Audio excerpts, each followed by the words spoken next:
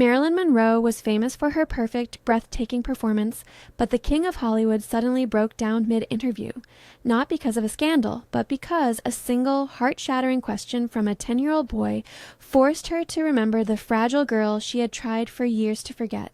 That child reporter didn't want a headline. He wanted the truth, and the emotional 12-word note she slipped him that day would reveal the secret tragedy she carried to her final moments.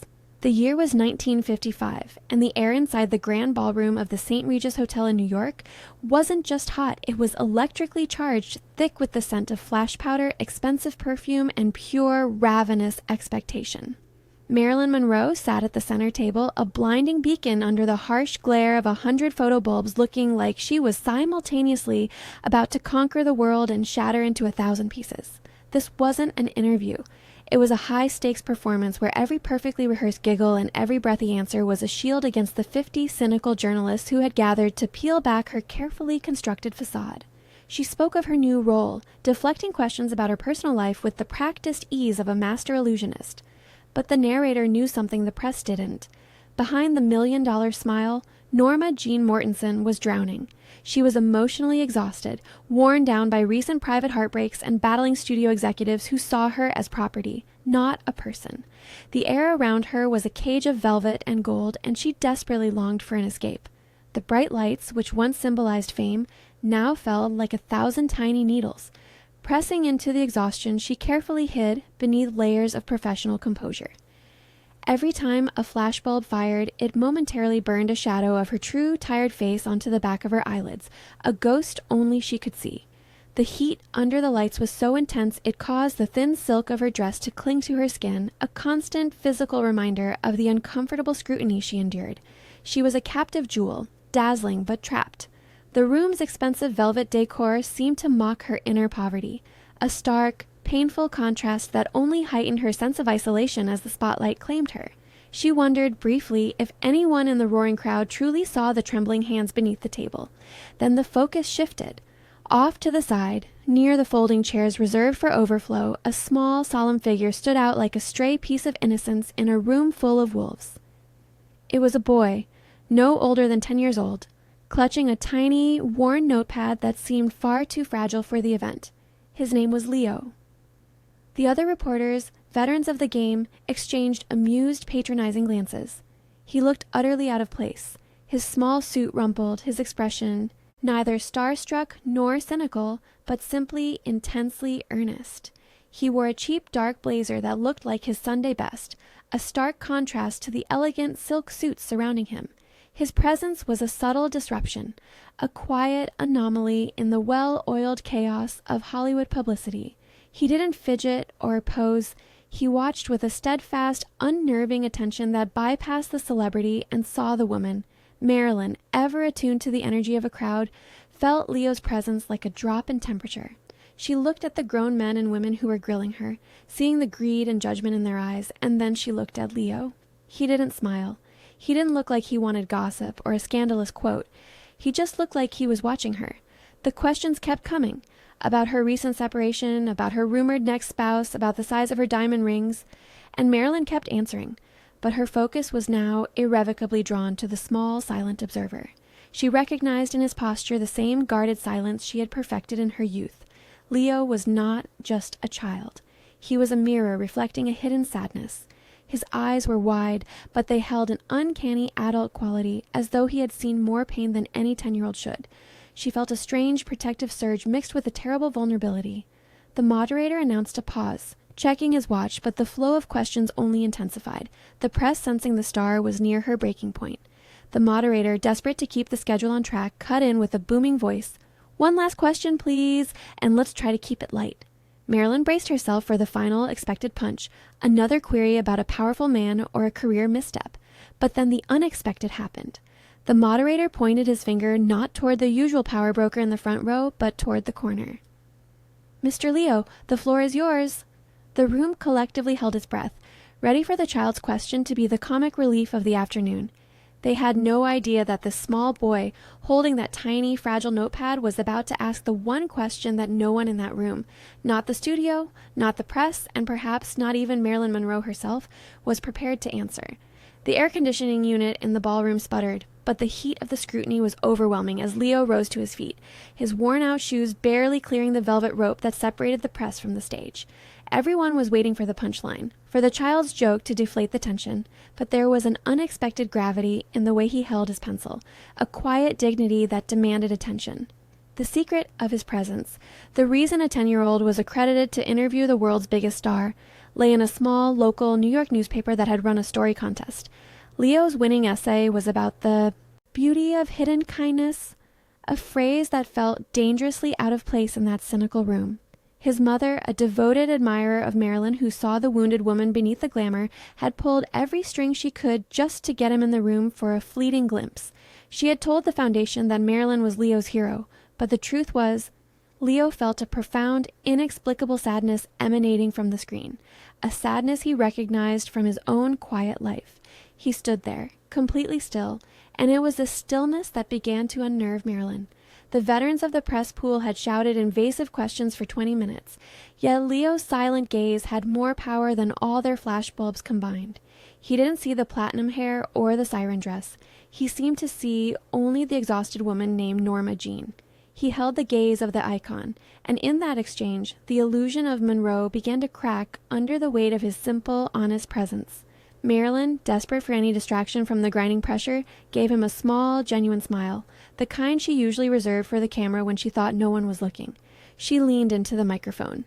"Well, hello there, darling. What's your question?" The room chuckled, relief rippling through the journalists who anticipated a light, frivolous moment to wrap up the drama. Leo took a deep breath, his small chest rising. He began with a question that felt like a gift. "Miss Monroe, what's your favorite flavor of ice cream?" The relief was palpable. Marilyn threw her head back and laughed, a sound that was actually real, not manufactured. "Oh, that's easy, sweetie," she declared. "Good old vanilla. It's comforting, isn't it? Just simple and perfect." The press murmured approvingly. The moderator, spotting his opportunity, clapped his hands. "All right, folks, that's a wrap on Miss Monroe for today. Thank you all for coming." Marilyn sighed internally, grateful for the soft landing. She prepared to stand, ready to retreat to her dressing room. But as the crowd began to pack their equipment, the moderator suddenly paused. Leo was still standing. He slowly raised his small hand again, holding it up like a beacon of solemn intent. His gaze locked with Marilyn's. The easy, vanilla moment was over. The cynical veterans laughed louder, but Marilyn's genuine smile had vanished. She felt a profound, intuitive signal. The boy wasn't done. A tense, expectant energy pulsed through the ballroom, replacing the previous exhaustion. She nodded slightly, giving him silent permission to speak. Leo leaned into the microphone, his small voice echoing across the wide, empty room, ready to deliver the question that had truly brought him across the city that day, the one that would unmask the legend and leave the woman behind the myth completely exposed.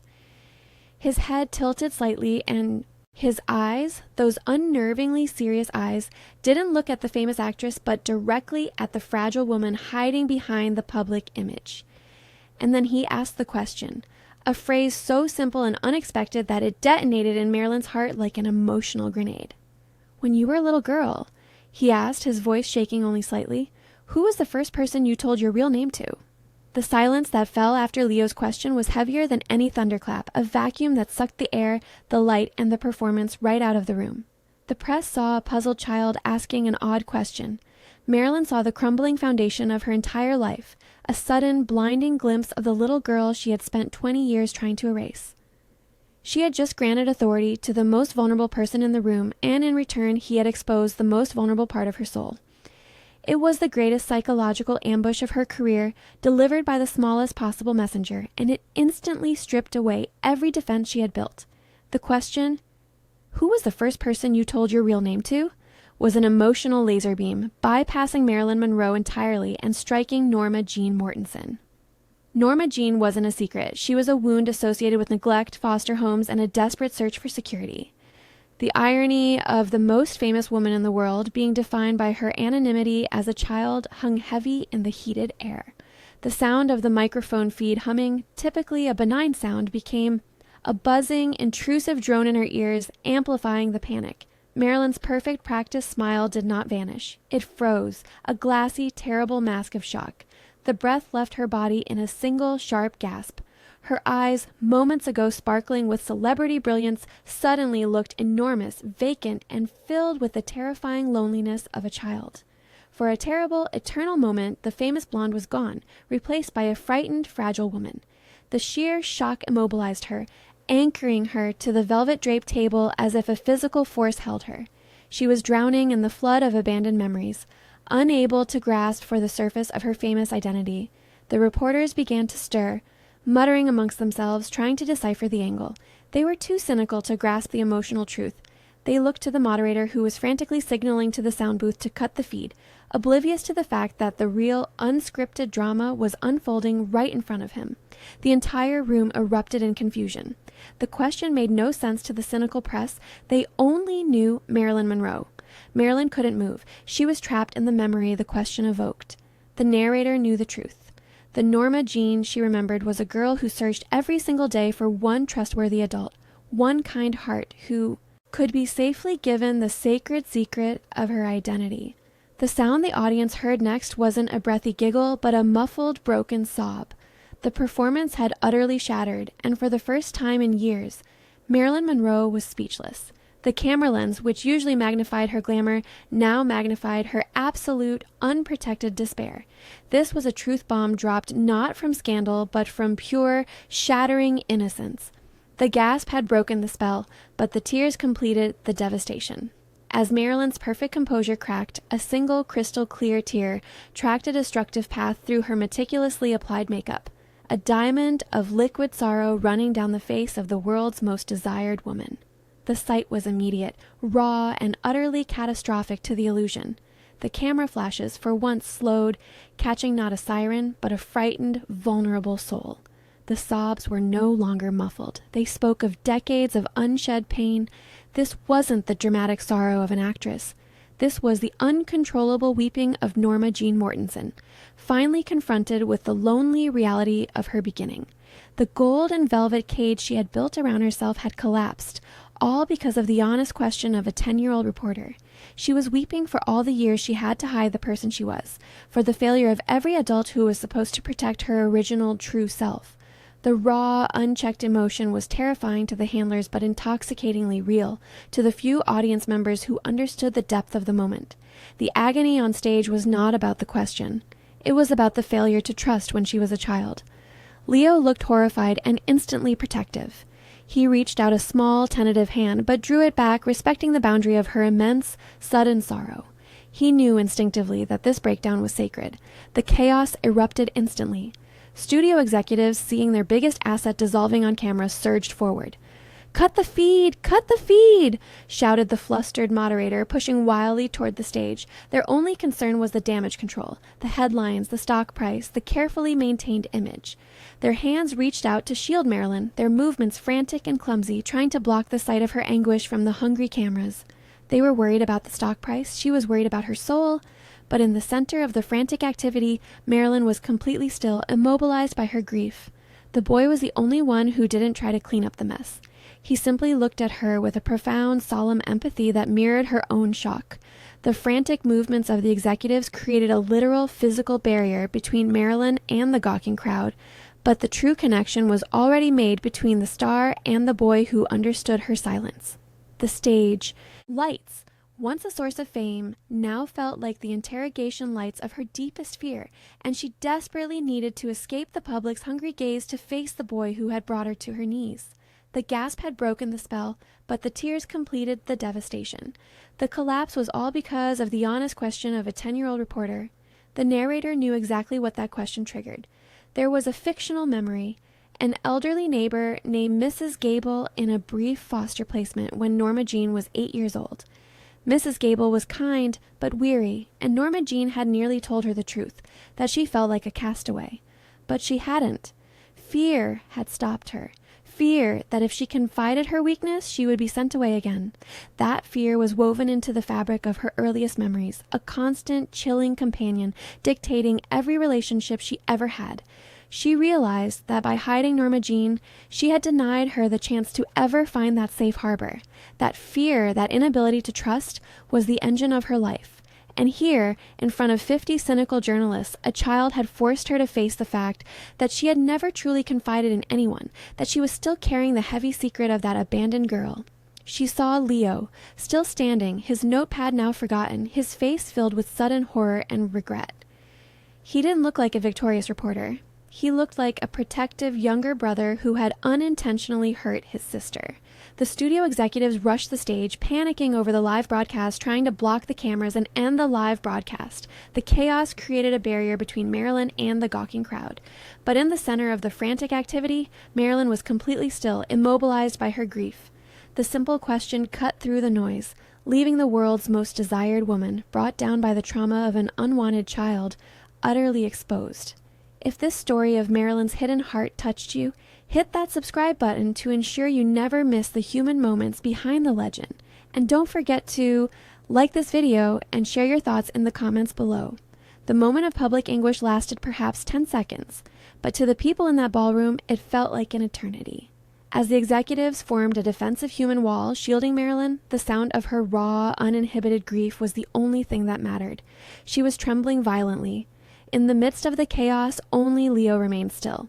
He had seen the breakdown, not as a scoop, but as a consequence. He looked horrified and fiercely protective. The studio executives finally managed to guide Marilyn toward her private dressing room. They were concerned with logistics, barking orders. She was practically being carried off the stage. As the commotion reached the door, Marilyn stopped abruptly. She pulled herself free, her eyes, still swimming with tears, focused only on one person. "Wait," she whispered. She pointed a perfectly manicured finger at Leo. "Bring him." The executives paused, bewildered. "The boy?" They protested immediately, arguing that she needed privacy and rest. But Marilyn's gaze, though wounded, was absolute. For that single charged moment, Norma Jean Mortensen was in charge. She was not asking. She was demanding a witness. "He comes with me," she insisted, voice gaining a sharp edge of command. "Now." The silence of the corridor felt like a baptism, washing away the clamor of the performance she had just endured. Her voice, though soft, held the unshakable command of a true star who knew exactly what she needed. The executives, realizing they were dealing not with an actress but with primal, immediate necessity, conceded immediately. Reluctantly, a handler gently took Leo's arm. He was quiet, allowing himself to be led backstage. Leo wasn't thinking about the headlines. He was thinking only of the beautiful woman walking ahead of him, who would stop the world for a 10-year-old reporter and who needed him now. They passed through the doorway and into the relative quiet of the backstage corridor, leaving the chaos behind, ready to face the secret that only they now shared. The private dressing room was a haven of plush velvet and heavy drawn curtains, a suffocatingly opulent chamber that felt 1,000 miles away from the chaos of the press conference. Executives hovered outside the closed door, but inside the only sound was the soft, ragged breathing of Marilyn Monroe. She sat at a vanity table, her mirrored reflection showing a woman who was beautiful, yes, but undeniably bruised. The silence in the room was immense, shattered only by the occasional sniffle from the star. The air conditioning hummed, but the emotional heat was still palpable. Her entourage swarmed her, offering superficial reassurances. They treated her grief like a technical glitch, completely missing the fact that Norma Jean was screaming for help. But Marilyn barely saw them. Her gaze was fixed on Leo, who stood quietly near the door. With a sudden, weary strength, she raised her hand and gestured toward the door. "Out," she commanded. "Everyone, I need 5 minutes." The executives protested loudly, but Marilyn cut them off with a look of absolute finality, her eyes blazing. "This is the only thing I need to do right now," she insisted. She needed to be alone with the only person in the room who saw her, not as an asset but as a human being. When the door clicked shut, sealing them into a pocket of profound silence, Leo finally moved. He walked slowly to a chair and sat down, respectful of her space. The silence stretched between the 10-year-old boy and the legendary star. The atmosphere was less interview, more confessional, two lonely souls finally finding a safe harbor, shielded from the judgment of the world. Marilyn stared into the mirror. She turned slowly to face Leo. "Why?" she asked, the single word soft and tremulous. "Why that question?" Leo didn't try to apologize. He offered validation. He looked at her with his uncanny sadness and spoke simply. "I just wanted to know if you remembered her." That was the key. Her. The acknowledgement that the little girl was still there. That one phrase was the balm that began to heal the emotional wound. A small, genuine smile touched Marilyn's lips. She felt a connection no adult had ever given her. The shared truth in that silent room was more real than any film script she had ever been given. A genuine moment of human fellowship she had been starved of for years. Marilyn slowly reached across the small table and gently touched Leo's hand, the first genuine physical touch of the entire day. The connection was instant. She was no longer the icon, but a fragile woman seeking solace. He was no longer a reporter, but a trusted confidant. She then answered the question. Her voice was barely a whisper, forcing Leo to lean in close. "It was a nurse," she confided, "when I was 7 years old after one of my first moves. She had silver hair and soft hands, and she used to read me stories." Marilyn paused. "I was lying there one night, terrified of the dark and terrified of being sent away again, and I almost told her. I almost whispered Norma Jean and asked her to keep the name safe, but I didn't. I chickened out. I was too afraid that if she knew how much I needed her, she would leave too." The failure to speak that truth had become her life's great regret, fueling her need to become someone entirely new, someone who could never be hurt by abandonment. She looked directly at Leo. The confession revealed that her most defining experience was the trust she never dared to grant. Leo understood that the agony was about the failure to trust when she was a child. He nodded slowly. The simple acceptance in his eyes was the forgiveness she hadn't known she desperately sought. "I invented Marilyn Monroe so that I would never have to be that scared little girl again," she whispered. "But the problem is, Leo, when you lose your name, you lose the person who needed it. You forget what you were fighting for." Her eyes pleaded with him. "Never lose your own name, Leo." Marilyn then reached into her purse. A small, worn object fell out onto the velvet tabletop. It was a tarnished silver charm, shaped like a tiny, simple ballet slipper. It was the only tangible link she kept to the girl she used to be. It was time to pass it on. This relic, this proof of her past, was the deepest secret she could possibly share, a piece of fragile history she was entrusting to a new, safe guardian. She picked it up. She looked at Leo, the boy who had seen her and accepted her, ready to give him the secret relic. The tiny, tarnished silver ballet slipper lay nestled in Marilyn's palm, a relic from a chaotic childhood. The slipper was a symbol of the untainted dreams of the little girl, of grace and escape from the instability of her youth. She knew that this was the answer to his question, not a whisper, but a gift of Norma Jean. "This belonged to the little girl," Marilyn whispered, "not the star, the girl who was afraid of the dark, the girl who dreamed of dancing." She placed the charm gently into Leo's small hand. "You keep it, Leo, and you never tell anyone you have it. This is just our secret, okay? The secret of Norma Jean." Leo, 10 years old but possessing the solemnity of a judge, nodded, clutching the charm. He understood the gravity of the exchange. Marilyn reached for his notepad. She wrote something quickly, a promise born from her recovery. She carefully tore the piece of paper off and pressed it into his hand, right over the charm. The pen scratched audibly against the paper, a sound of commitment in the silent room, solidifying a vow that bypassed contracts and publicity. The note contained 12 words. "The only people who truly matter are the ones who remember your heart." This was the catharsis. Marilyn had used her fame to protect the boy, and the boy had used his innocence to remind the star of her humanity. She stood up. The quiet dignity of a woman who had just faced her oldest fear fully returned. She knelt beside him and pulled him into a hug, a true, non-televised, protective embrace. She whispered a final thank you into his hair. "Thank you for seeing me, Leo." When they separated, the storm was gone. Marilyn, though still fragile, was whole again. The clock was ticking, and the world was waiting. Leo quietly slipped the note and the tiny charm into his trouser pocket. He was ready to leave, knowing that he carried something infinitely more precious than a press pass. The question, "Who was the first person you told your real name to?" speaks to finding trust when we're most vulnerable. Who was the person who helped you feel seen or safe when you needed it most? Drop a comment and share their story. The reporters never did get the full story that day. They got the headline about the sudden illness, but the real drama remained sealed, guarded by a promise between a star and a boy. Leo walked out of the St. Regis not with a scoop, but with a tarnished silver slipper and 12 words. He never told anyone what truly happened, honoring the sacred trust. Decades passed. The little boy grew up, becoming a respected, compassionate journalist.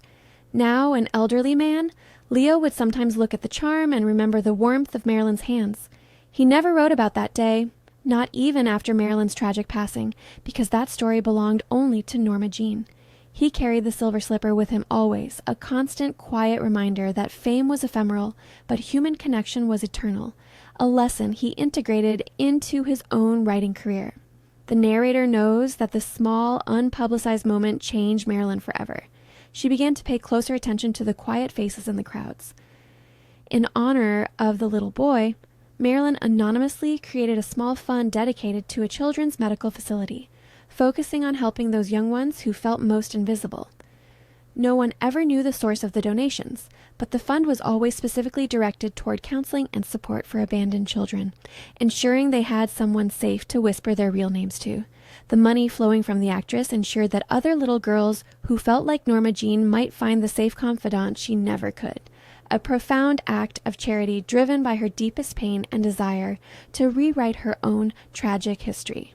The power of that day was not in the public collapse, but in the private rebuilding. Leo's simple question reminded Marilyn that the strength she craved wasn't in the persona.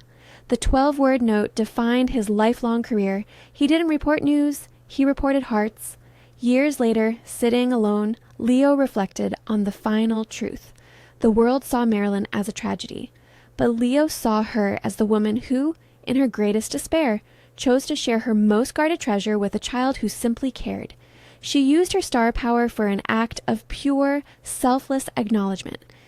He realized the question hadn't broken Marilyn. It had freed her, if only for an hour, to be the person she was always meant to be. The legacy was not in the film she left behind, but in the unseen kindness she initiated thanks to a 10-year-old boy, proving that even the most famous lives are measured by their quietest acts of connection. The greatest stories are often the ones the world never gets to read.